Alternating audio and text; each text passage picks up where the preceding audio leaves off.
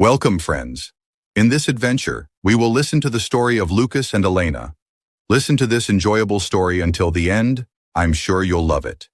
If you're ready, Sci-Fi Traveler is about to begin. The invitation had described the venue as a modest gathering of dignitaries, which was how Lucas learned that the veil-learned concept of modest involved lanterns that floated without strings, ceilings that showed real constellations wheeling overhead, and a dance floor apparently poured from liquid moonlight and then convinced to hold still. He stood near the edge of it all, holding a glass of something that glowed faintly blue and had assured him, via the little translator clipped to his collar, that it was only mildly sentient.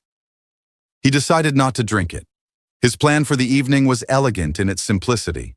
Arrive, be forgettable, locate food, leave before anyone important remembered he existed. Lucas was, by rank, the least significant human in the entire delegation, an attaché to the assistant to the deputy of someone who actually mattered, and he intended to honor that station with the full commitment it deserved. The trouble was the guests. The Veilern towered a good head above every human present, their skin ranging from pale sage to deep forest, their long ears tapering to points that flicked and swiveled with what Lucas was beginning to suspect was emotion. When two of them near him began to laugh, their ears folded backward in perfect synchrony, and he felt the distinct panic of a man who has walked into a conversation whose grammar he will never learn. He drifted.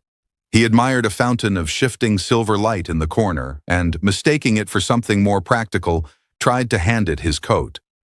The fountain shivered. His translator offered helpfully, "The ceremonial memory of the first water. Thanks you, but does not require outerwear." Lucas apologized to the water and retreated at speed. Across the hall, the human ambassador was sweating through a collar 3 sizes too formal, laughing too loudly at a joke he almost certainly hadn't understood. Everyone was performing peace, that fragile, catered, terribly expensive peace that thousands of ships and millions of lives now balanced upon. Lucas understood his role in it precisely. He was ballast. He was background. He was a man doing an excellent impression of a potted plant. So he found a shadowed alcove, exhaled, and let himself relax for the first time all night, certain, absolutely certain, that nothing in this glittering room had the slightest reason to notice him at all. From his alcove, Lucas had a diplomat's view of the whole delicate machine at work. He watched Theodore, the delegation's senior negotiator, gesturing so emphatically at a Veilern official that his translator struggled to keep pace and briefly rendered his passionate speech about shared prosperity as shared soup. The official's ears rose in polite alarm. Lucas made a mental note that the soup misunderstanding might, at this rate, single-handedly restart the war. The translators were, generously, a work in progress. Earlier, he'd overheard a Veilern courtier welcome the humans as esteemed edible guests, which had caused a young ensign named Owen to stop eating entirely and stand very still against a wall for 20 minutes. Lucas sympathized. He'd developed his own quiet game to survive the evening, guessing how long before someone in the human party either wept, defected, or accidentally proposed a marriage alliance. His money was on the ambassador. The man had the desperate shine of someone one canapé away from offering his own daughter for galactic stability. What struck Lucas, watching, was how carefully everyone moved. Not the caution of enemies, the caution of people holding something breakable with both hands.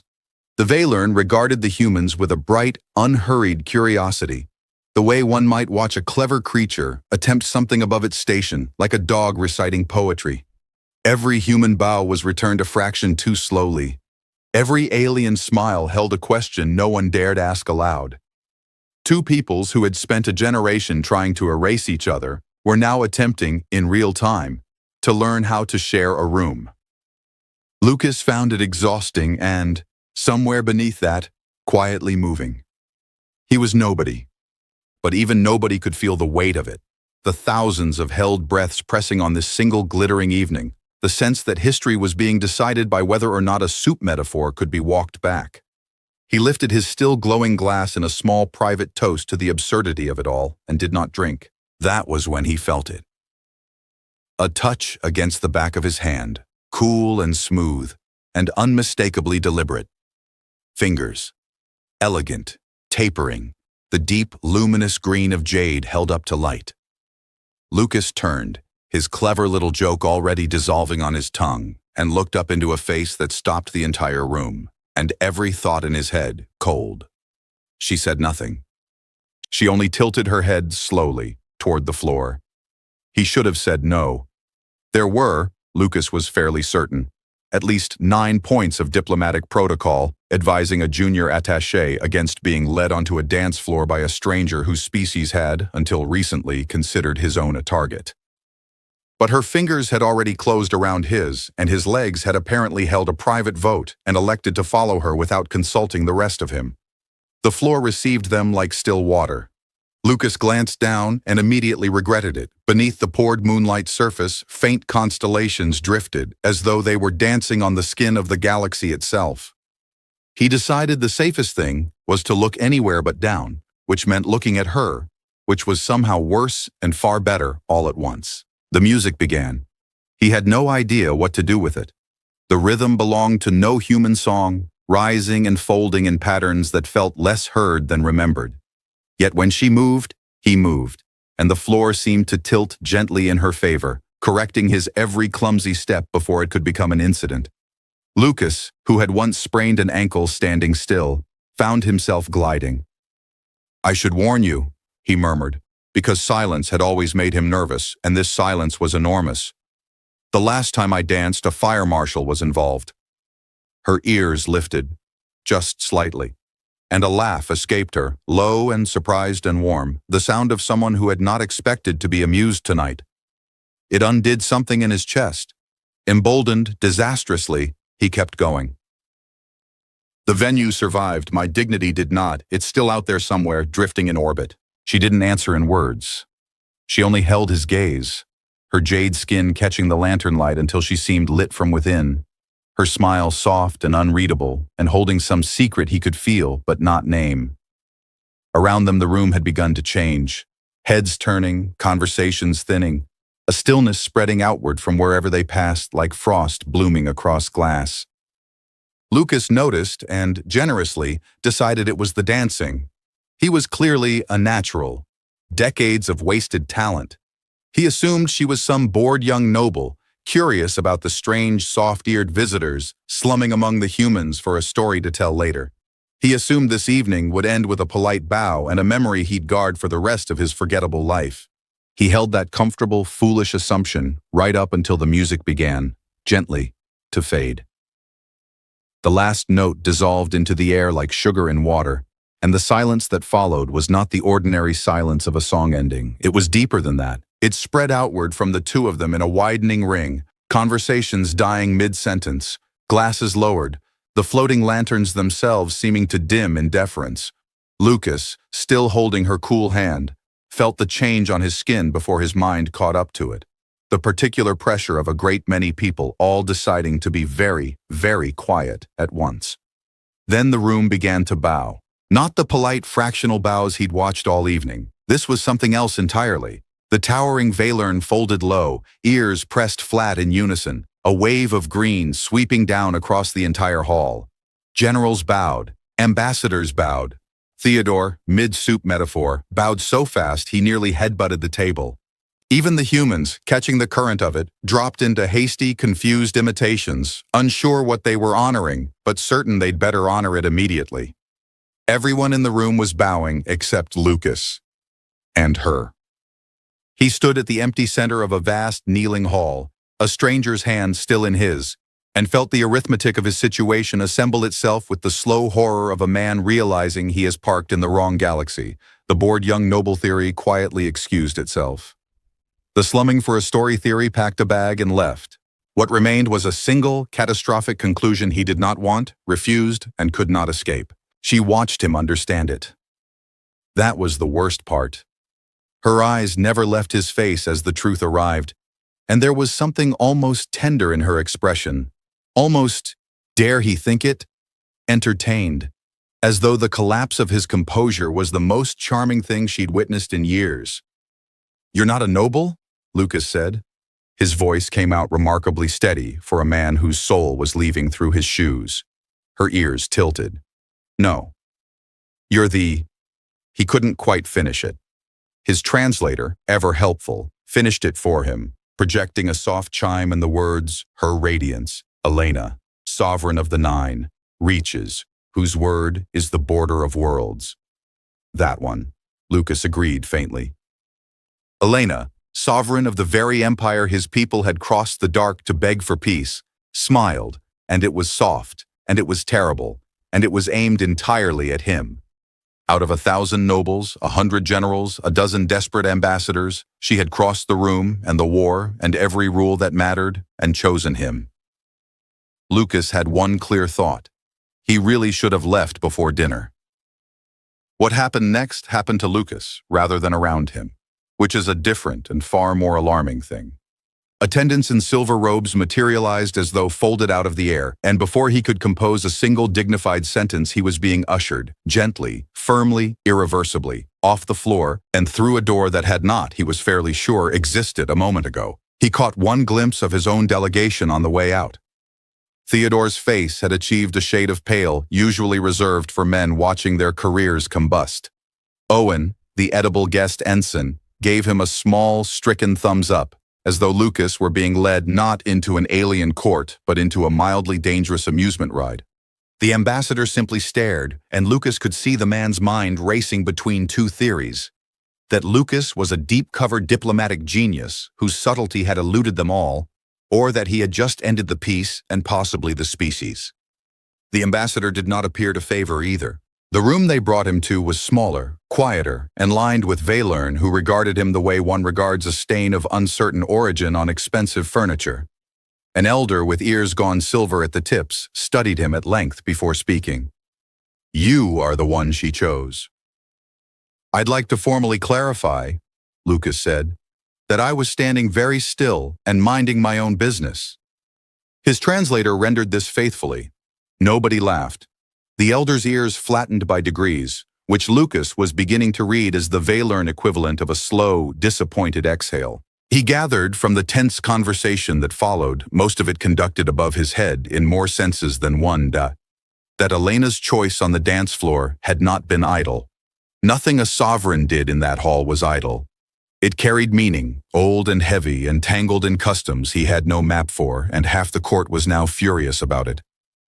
A tall courtier with a jeweled collar looked at Lucas as though personally robbed, and Lucas understood dimly that he had wandered into the middle of a game whose players had spent lifetimes learning the rules. "Am I a prisoner?" he asked. "No," said the elder. "A guest?" "Not precisely." Lucas considered his remaining options. "A garnish?" The elder's ears did something complicated. "The sovereign will explain what you are, when she wishes."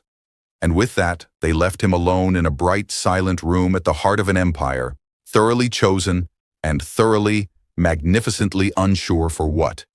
She came without ceremony, which somehow made it worse. One moment Lucas was alone, rehearsing increasingly formal ways to apologize for existing. The next, a panel in the wall breathed open and Elena stepped through, and the attendants melted away behind her like frost off glass. Without the bowing hall around her, she seemed less a sovereign and more simply a woman, tired, watchful, carrying something heavy behind her eyes.